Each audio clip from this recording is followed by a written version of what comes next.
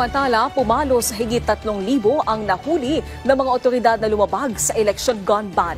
Ayon sa Philippine National Police, dahil sa kanilang pinaigting na law enforcement operations at interagency coordination, 71% na mas mataas ang kanilang naaresto kumpara noong 2023 barangay at SK elections na higit 1,800.